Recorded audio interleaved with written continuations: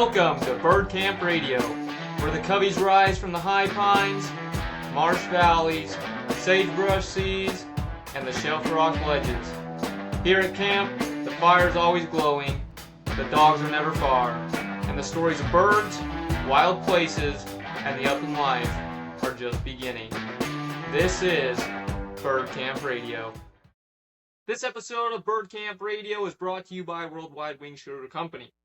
If you've ever dreamed of chasing wild bobwhite quail in Mexico behind great pointing dogs, hunting legendary high-volume doves in Argentina, or experiencing mixed-bag duck and pigeon hunts in Uruguay, or taking on wild chukar and huns in the American West, Worldwide Wing Shooter can make it happen. They work with trusted outfitters around the world and help match you with the right hunt. Visit Worldwide Wing Shooter Company and start planning your next adventure today.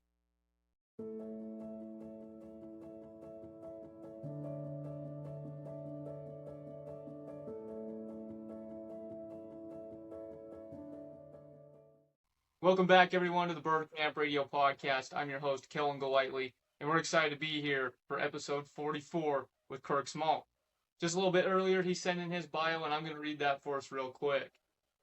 Kirk Small is a 26-year-old lifelong outdoorsman and the owner and operator of Roaring Brook Outfitters, specializing in guided upland bird, snowshoe, hare, moose, and bear hunts throughout Maine.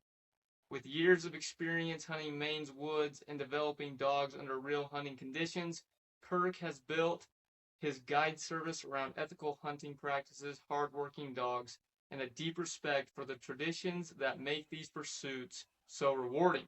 Whether he's following pointing dogs through classic grouse and woodcock cover, listening to beagles drive a snowshoe hare, calling in a bull moose during the rut, or pursuing Maine black bears, Kirk's goal remains the same: to provide every client with an authentic, well-run hunt built on preparation, honest effort, and quality time in the field. Whether guiding seasoned hunters or introducing newcomers to Maine's hunting traditions, he is committed to delivering safe, memorable experiences that keep clients coming back year after year. Kirk, we're excited to have you on, man. How are you doing today? Hey, thanks for having me. Yeah, man, we're excited to have you on and to get to know you a little bit more through the podcast and the bio that you sent in. But before we get started, we want to play a quick game of rapid fire around the campfire with you. For the ones that don't know this game, how the rapid fire around the campfire game works is it is a game that consists of 10 different questions. We do have a leaderboard. Each guest is timed, and the faster the better. So each one of these is related to upland game, and it can be answered in a single word. So the faster the better. And if you're ready, man, we can get started. Let's give it a try. All right, here we go. Favorite wild bird to chase? Rough grouse. Most challenging bird? Rough grouse. Favorite dog trait? Style. Nice. Best bird for eating? I would say rough grouse as well. Go-to field snack? Jerky. Dream hunting destination? Quebec. Favorite month to hunt? October. Game bag or vest? Vest. Solo hunt or with a group? Solo. Lead or still shot? Lead. Perfect, man. Hey, that's looking pretty good, and we'll release your time at the end of the podcast, so everybody stay tuned for that. But as we already know, everybody, here on the Bird Camp Radio Podcast, we bring guys on from all walks of life across the country and Canada, and to talk about upland game hunting and what they do within their respected state, with the dogs, the terrain, the birds, whatever it may be. Everybody's different, and it's fun to be able to learn more about each guy and what they're doing out there with the upland game tradition. So kind of just leading right into it here, Kirk, getting to know you. Where did upland hunting all begin for you? I mean, you've hunted, seems like, quite a bit, running your own business, stuff like that. What is it like for you?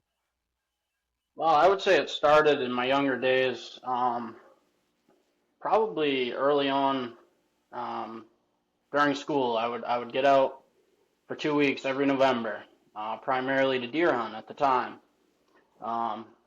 And when I was younger, I'd go and go along with my grandfather, my dad, whoever, and I'd carry a Red Ryder BB gun actually. Um, and then that graduated into a 22, not loaded. They were just getting me comfortable carrying a gun. And then they would have me start, you know, spreading out away from them, learning how to use a compass, stuff like that. Just getting familiar in the woods at a young age. And then obviously it turned into a 410, going up north and road hunting for grouse. So just ground swatting them. There was no dogs involved. And I remember going up there as a kid, and there would be 40, 50, 60 bird weekends. The camp would be right full of people, and everybody would go out, and you could get 4 birds per day. And, you know, everybody would go up. We'd go up on Wednesday or Thursday, and we'd come home on Sunday. And everybody would go out, and we would eat birds and keep hunting. You always saw moose. It was always a good time. And then I would say my upland journey really started in 2019. I got my first English pointer, Duke, and that all started with a net and a box and being kicked out of every parking garage in Bangor, Maine. What I would do is I'd go out at night and I'd catch as many pigeons as I could. And then to the field we'd go the next day, and YouTube videos. I had a friend that had setters, and he kind of taught me a little bit about it. I used to go with him quite often in high school, and we'd go out hunting, and that's what really set the hook on me wanting a bird dog. And so we'd catch all these pigeons, and we'd go out in the field and work with these dogs, and it was incredible. The instinct this dog had, he knew what to do. It was impressive for me, not knowing anything. The drive he had, and that graduated into having a pigeon loft at my house. And same thing, I'd go catch pigeons, and I'd put them in the loft for, I don't know, 3 weeks, 4 weeks, and then I'd start flying them in the yard, and they'd come back, and that was pretty cool. You know, having wild pigeons that would home after you fed them and kept them happy for a couple weeks. Of course, you'd have some that would go up and fly right straight back to where they came from, which is quite impressive as well.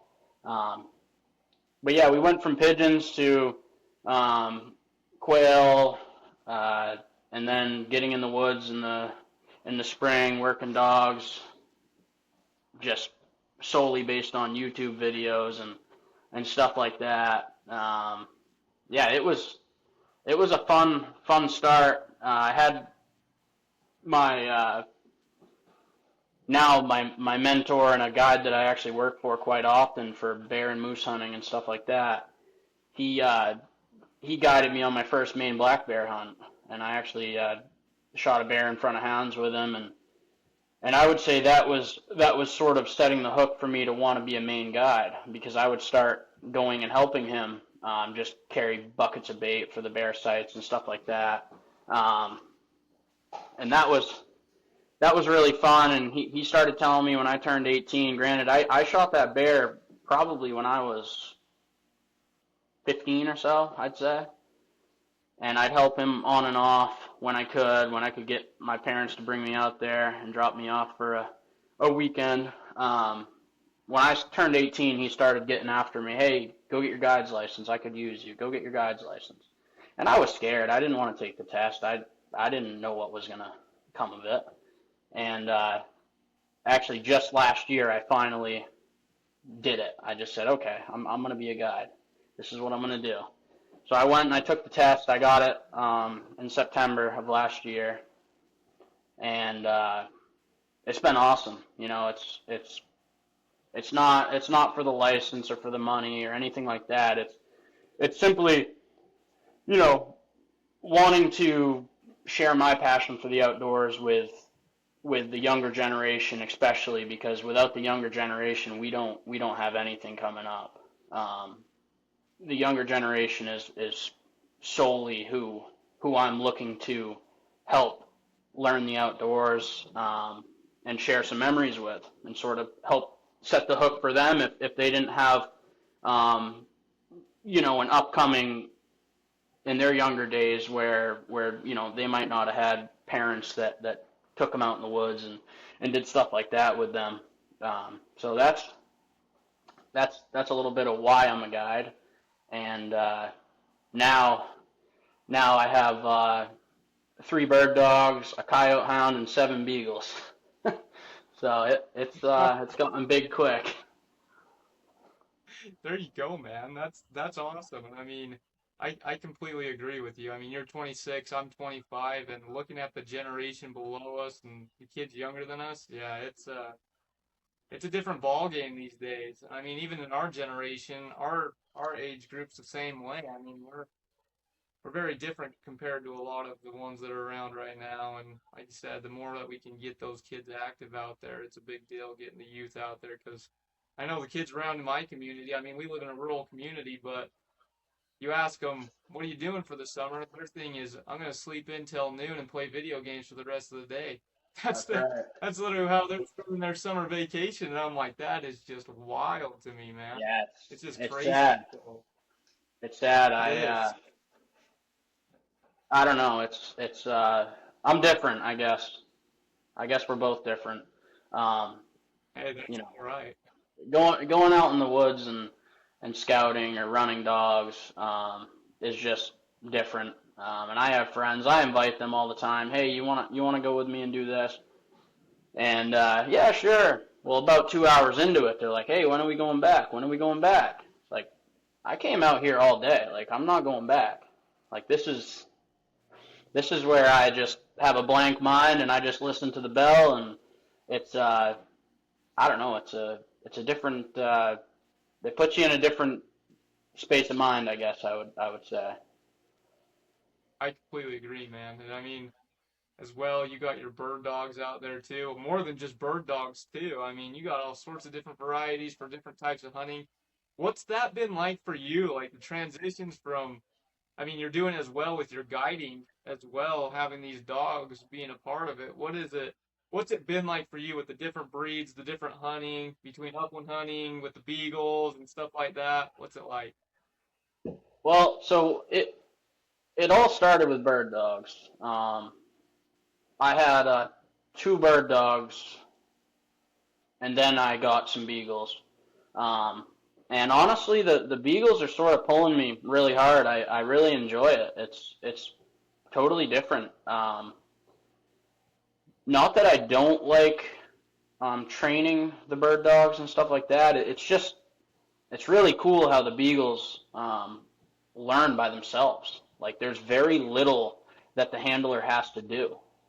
Um, Obviously, if they're barking when they shouldn't, you can use a little bit of e-collar here and there, but for the majority, every single encounter that they have or every single chase, they're learning from it. I guess it's no different than bird dogs.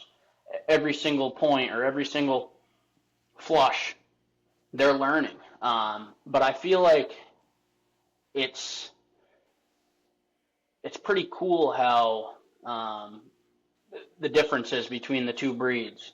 Um, but honestly, I don't think I'll ever not have bird dogs. They are sort of my rock. That's what got me into this. Um, but like you said, it's different having multiple breeds, and you have to, you know, give these dogs a certain amount of time. Then you have to give the other ones some more time. Well, training season in Maine for bird dogs, there you can do it year round.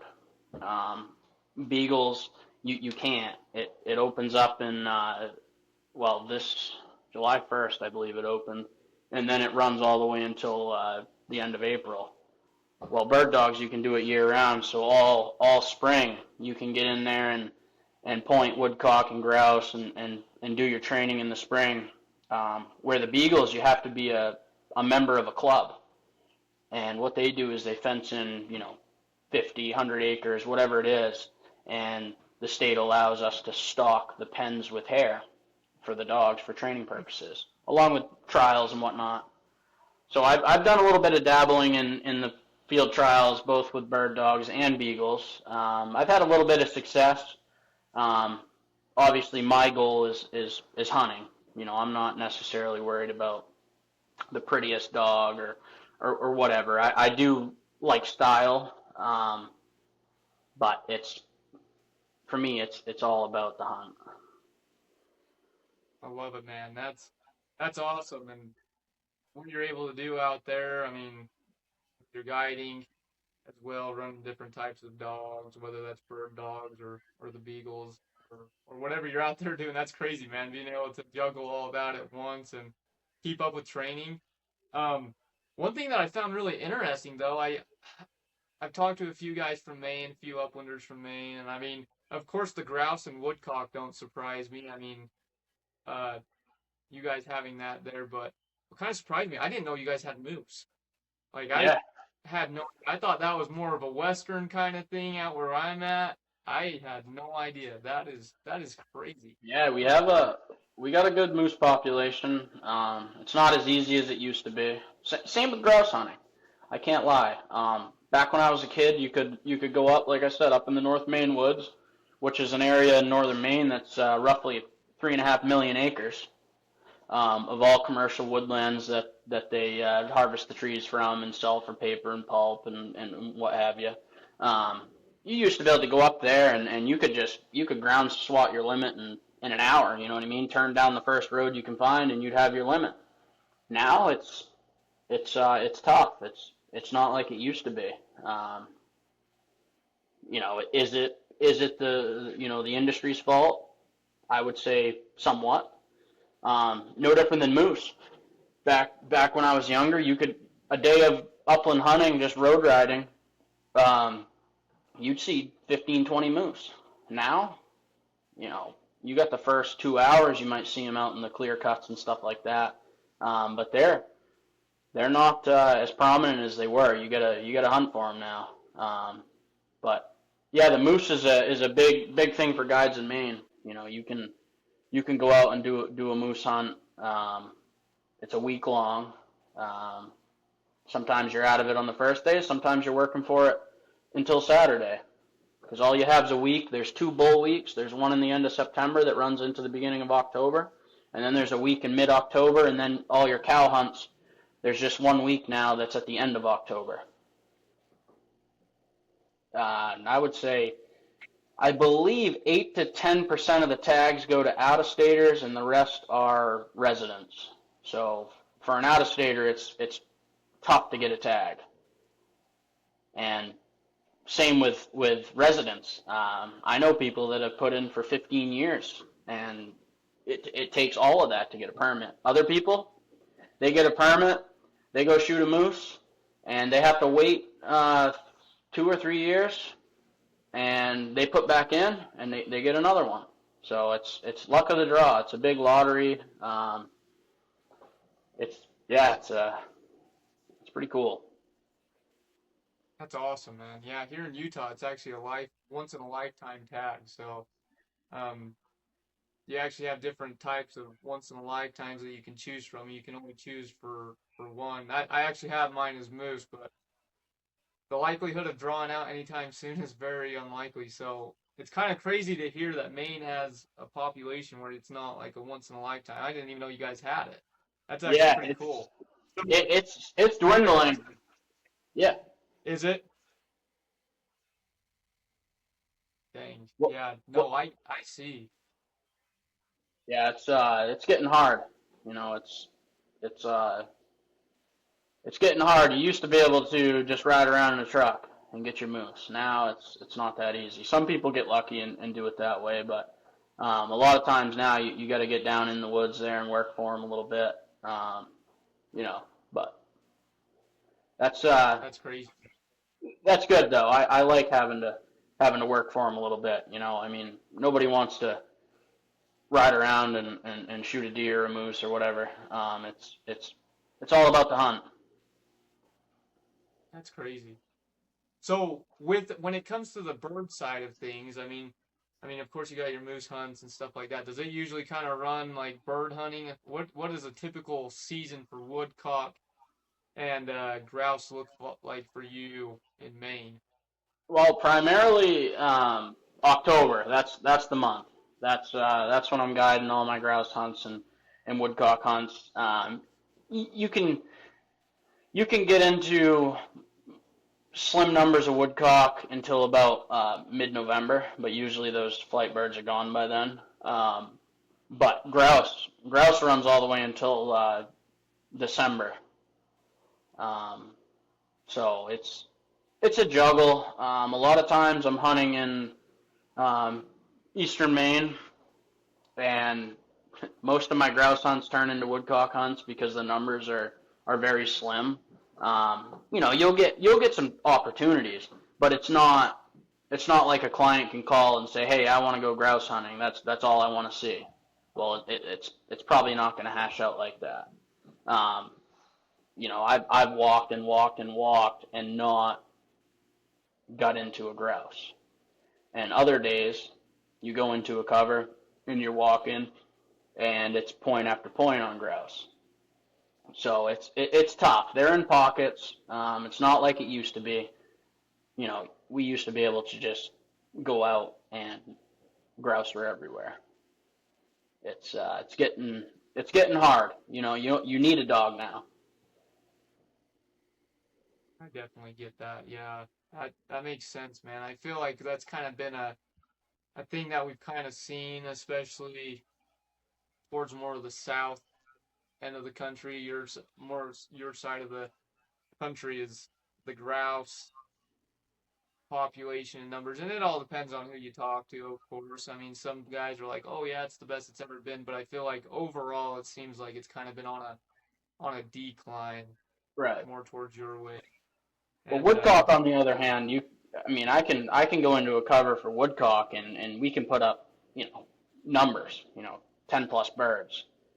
Not saying it's the same bird that went up and came down, 100 yards later, but it gives the clients something to do. It's awesome to see a client that maybe has never seen a bird dog on point. They've seen videos or YouTubes or pictures, but when they see the first encounter on a hunt, it's awesome. It's really cool to see them sort of creeping around. They don't really know what to expect, and the dog is just looking like $1,000,000 standing there, and they're all happy walking in, and a lot of times they don't even have their gun up or anything, and I'm telling them, hey, get ready any time now, it's going to go up.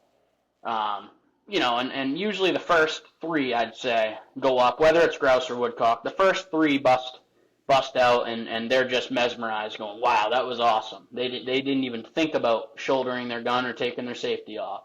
And then after that, they sort of know what to expect. And, a lot of times on a good day, people go out and with me and they might shoot off a box and they don't even have anything to show for it. It's really cool to see the sports. Some are really good at wing shooting. Others, they couldn't hit anything, but they're having a blast doing it, and that's why I'm here. It's awesome to go out and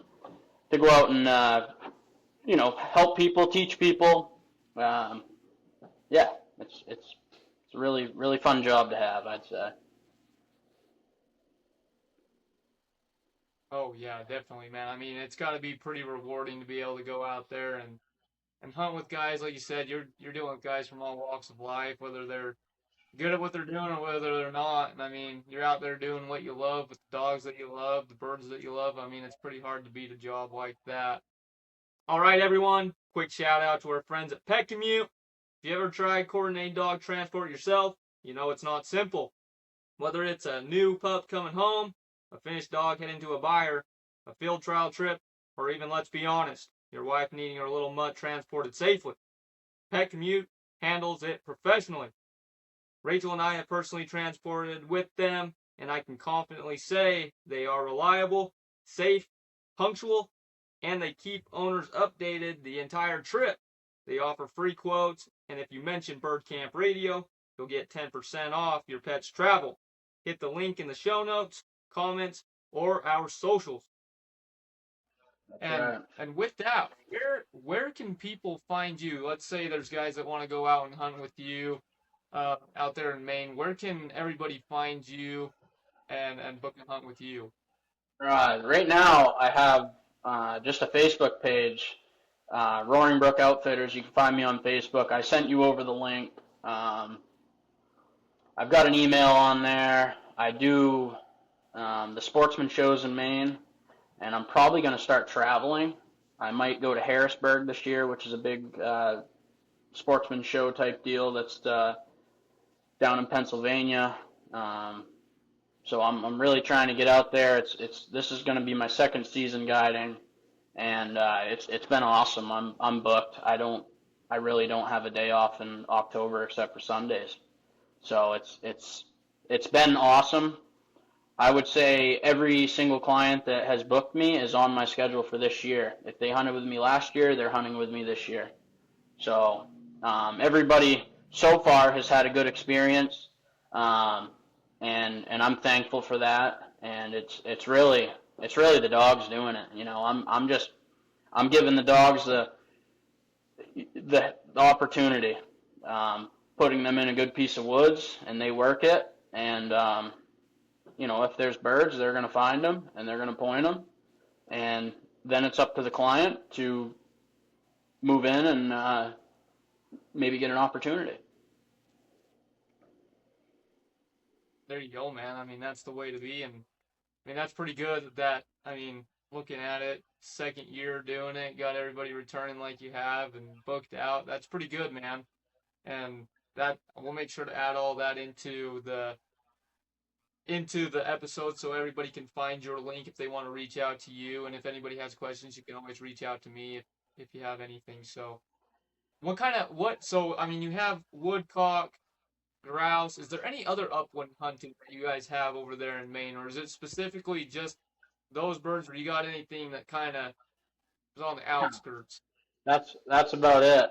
That's about all you're going to get into for upland birds is grouse and woodcock. Hey, there you Um, go. There you go. I've heard of There you guys go. saying snipe here and there, but I haven't ran into one, so I can't vouch for that. Okay. We That's sweet, we man. have some some pheasant grounds here where the state stocks, but I primarily do all wild birds. The state stocks the pheasants, so I don't I don't partake in that. It's 2 hours south of me. And I prefer wild birds. So yeah, that's that's that. Along with there's some pheasant farms, I would call them, and what they do is they basically stock the grounds, and then people can come with their dogs and hunt the pheasants.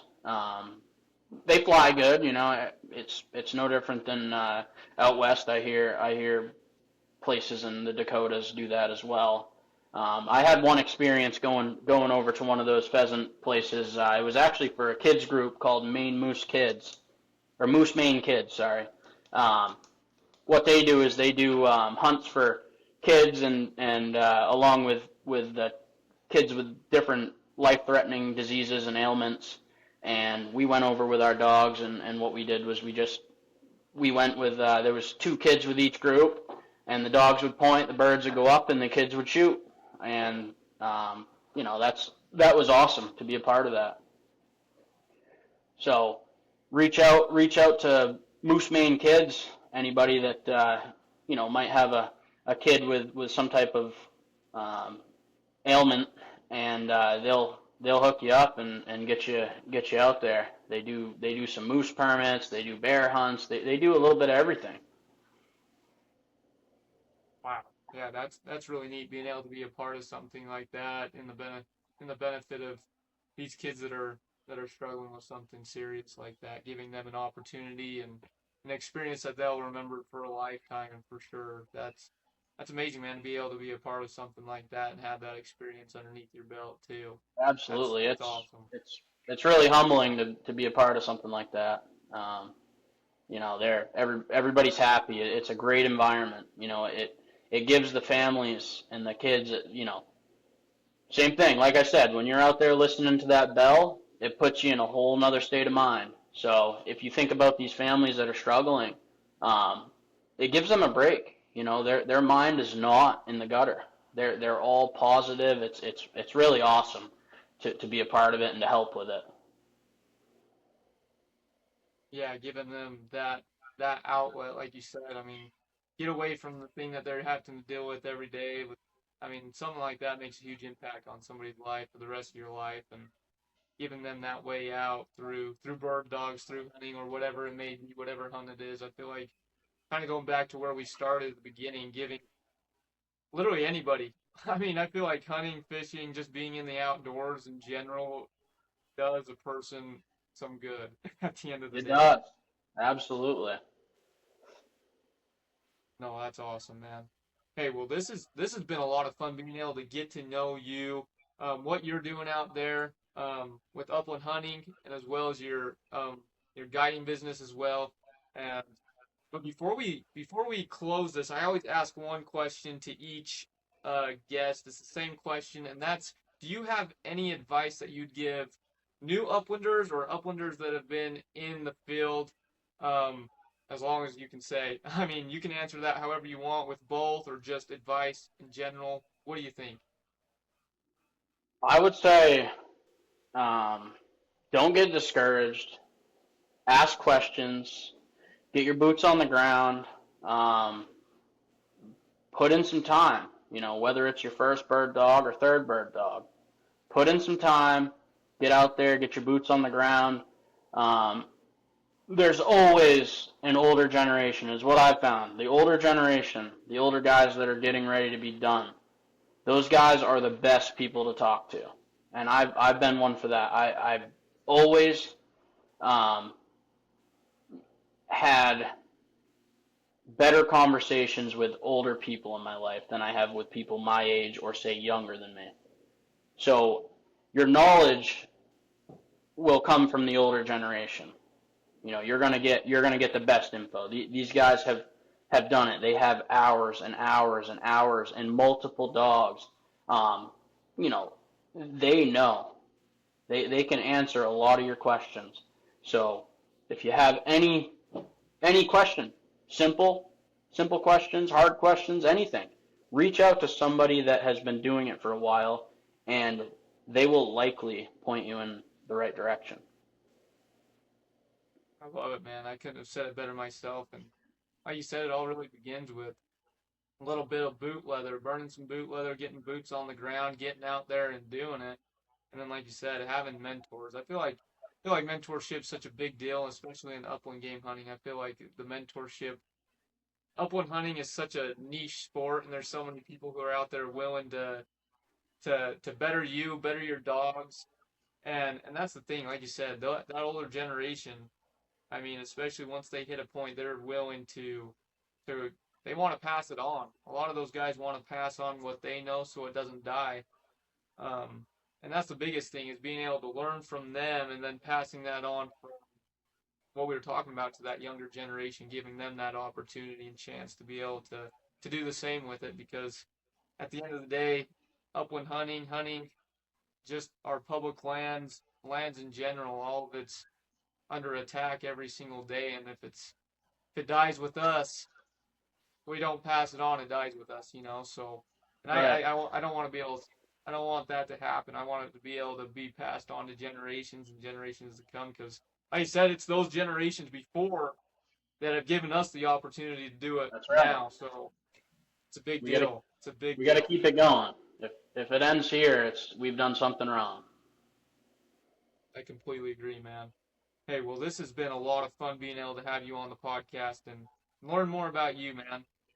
We appreciate your time and thanks for coming on. Of Awesome. Thanks for having me. course, man. Thank you again, everyone, for listening to the Bird Camp Radio podcast. I hope you enjoyed episode 44 with Kirk as much as we did. But before you go, we need to release his time for the rapid fire around the campfire game. Kirk, your time was 42.54 seconds, which puts you in 18th place overall. Great job out there. And once again, everyone, as you know, you can find Bird Camp Radio on YouTube to watch, as well listen on Spotify, iHeartRadio, and Apple Podcasts. If you want to find us on social media, you can find us on Bird Camp Radio, on good old Instagram, Facebook, and TikTok. Thank you again, and until next time. You've been listening to Bird Camp Radio, where the high pines, marsh valleys, sagebrush seas, and shelf rock ledges always call us back. Until next time, keep your dogs close, your shot true, and your campfire stories ready to share. We'll see you back at camp. Don't miss out on the next episode, where we'll host our next guest on the podcast. You don't want to miss this one. Thank you.